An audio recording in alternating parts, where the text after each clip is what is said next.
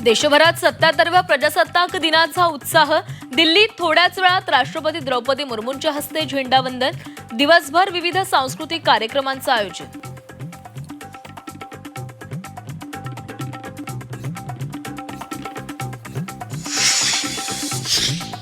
प्रजासत्ताक दिनानिमित्त राजधानी दिल्लीमध्ये थोड्याच वेळात शानदार पथसंचलन.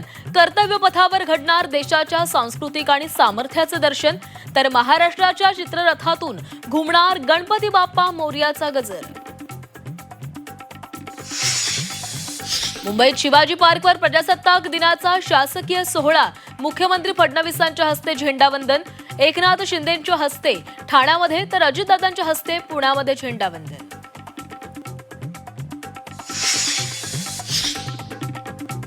लोकशाहीचं राष्ट्रीय महापर्व तुमच्या जीवनात नवी ऊर्जा आणि उत्साह घेऊन येऊ. विकसित भारताचा संकल्प अधिक दृढ होऊ दे. पंतप्रधान मोदींकडून देशवासियांना प्रजासत्ताक दिनाच्या शुभेच्छा.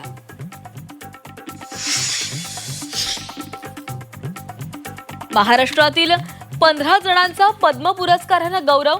तारपावादक भिकल्या लाडक्या भिंड्या आणि रघुवीर खेडकर यांना पद्म. अभिनेता धर्मेंद्र यांना मरणोत्तर पद्मविभूषण. क्रिकेटपटू रोहित शर्मा, हरमनप्रीत कौर यांचाही सन्मान.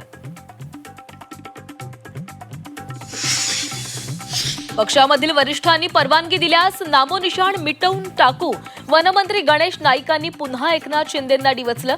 ठाणे केडीएमसी उल्हासनगरात भाजप कार्यकर्त्यांची परवड झाली असल्याचं विधान. उपमुख्यमंत्री एकनाथ शिंदे सातारा दौऱ्यावर. आज दरेगावात मुक्काम करून उद्या पुन्हा मुंबईला परतणार.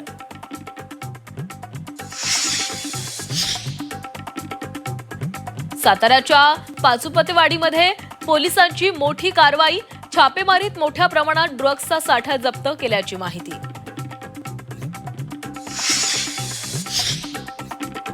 शेतकऱ्यांचं लाल वादळ. नाशिकमधून मुंबईच्या दिशेनं विविध मागण्यांसाठी शेतकऱ्यांचा मोर्चा. नाशिकच्या पाथर्डी परिसरातून मुंबईकडे मार्गस्थ.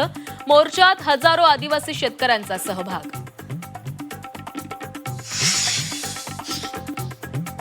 मार्चमध्ये मुंबईत 3000 म्हाडाच्या घरांची लॉटरी निघणार. मुंबई महापालिकेच्या निवडणुकीनंतर घरांच्या लॉटरीची तयारी सुरू होणार. तिसऱ्या T20 सामन्यामध्ये भारताचा शानदार विजय. न्यूझीलंडवर 10 ओव्हर आणि 8 विकेटनं मात. अभिषेक शर्मा, सूर्यकुमार यादवची तडाखेबाज खेळी. विजयासह टीम इंडियाची मालिकेत 3-0 विजयी आघाडी.